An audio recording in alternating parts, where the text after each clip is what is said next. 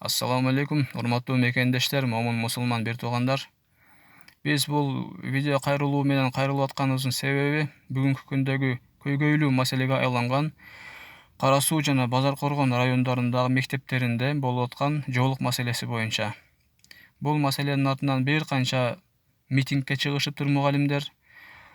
Эми ушундай бир ощущение болот, бул мугалимдердин кээ бирлери түшүнбөй дагы чыгып алган окшойт дегенчи. Биз как күбө катары жана Кыргыз Республикасынын жараны катары буну көрүп билип туруп, ошого бир калыс пикирибизди айталы деп чечтик. Эми мен бул маселеде 3 нерсени айтамын. Биринчиси, бул маселе кандай болуп чыкты, эмне себептен чыкты. Экинчиси, ал маселенин жүрүшү кандай болду. Үчүнчүсү, жыйынтыгы эмне болду. Биринчиси себебиге келе турган болсок, ушул мектептерде, аталган мектептерде жоолук салынган кыздарга кысым болуп атыптыр. Бул тууралуу видео далилдер келген. Кубанычбек Тоялиевич, Бакиров Кубанычбек Тоялиевич деген укук коргоочу бар. Ошого бир канча видео далилдер келген. Ошол кысым болуп аткандыгы тууралуу жана хиджабыңарды чечип, анан окуйсуңар, болбосо окубайсыңар деген ушундай бир маселе көтөрүлгөн. Ушул себептен Кубанычбек Тоялиевич Бакиров барып, ушул маселени көтөрүп, ал жерге районого барып жана башка бир канча арыздарды таштаган. Бирок эч кандай чара көрүлгөн эмес. Бул жерде кандайдыр бир дин өкүлүгө кысым болуп атат. Биз укуктук өлкөдө жашап атабыз. Демократиялык укуктук өлкөдө жашап атабыз. Бирок кээ бир адамдар тараптан ушундай бир кысымдар болуп атат. Бул анык кылмыш, анык мыйзамга каршы келе турган көрүнүштөр. Тем более биздин келечегибиз болгон, фундаментибиз болгон жаштарыбыздын психологиясында өздөрүнүн дин тутуу эркиндигине кысымга алып жатат. Мына ушунун артынан ушул маселе чыкты. Бирок чыккандан кийин дагы буну мойнуга алып, макул, биз ушул каршы, мыйзамга каршы иш алып барып коюппуз, биз түшүнбөстүк кылып коюппуз деп мындай мойнуга алыштын ордуна директор баш болуп митингге чогултуптур. Ошол жерде мугалимдерди. Биз мугалимдерди өтө сыйлайбыз. Лично мен өтө сыйлайбыз, себеби бизди мугалим тарбиялаган, мугалимдер окуткан, өзүбүз мугалимбиз. Мугалимдик кесип эң ыйык кесип, бирок бул ыйык кесипке жаман так калтырышат да бул кээ бир топтор.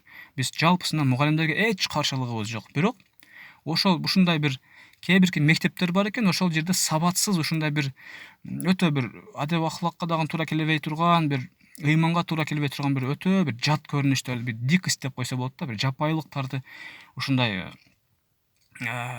болуп турат экен да, ушундай көйгөйлөрчү.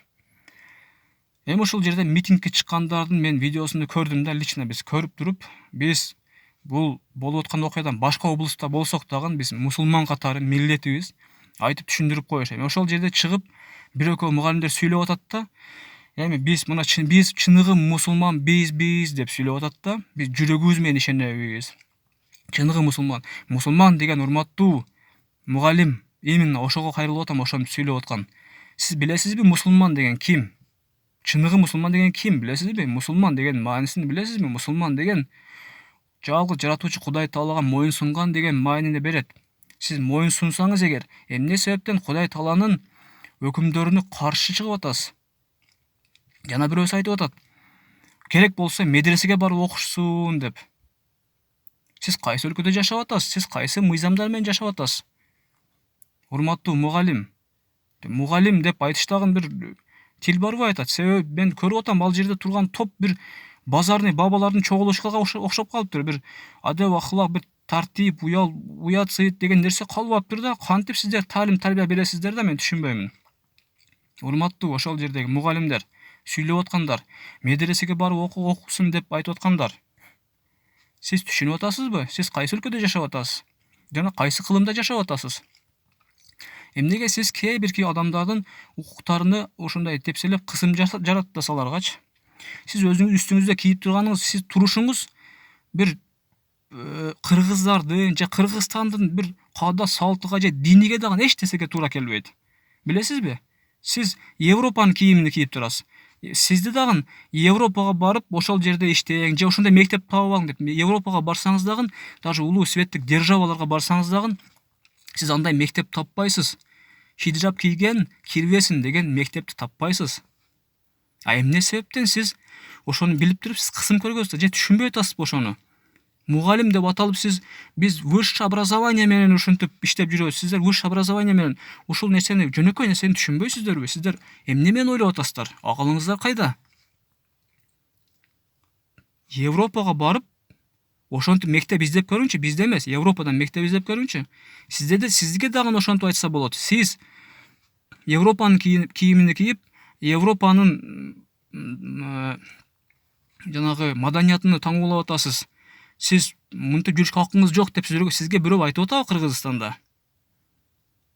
Эмне себептен сиз андай айтасыз? Мен укугум депс элет, мен өзүм билемин кантип кийиништи, мен өзүм билемин кантип жүрүшүмдү. Сизден мен көрдүм ошол сүйлөп аткандарды. Бир аялга окшогон бир чачыңыз жок болсо, бир чачыңыз эркектерге окшоп турат, эркек сырой болуп турасыз.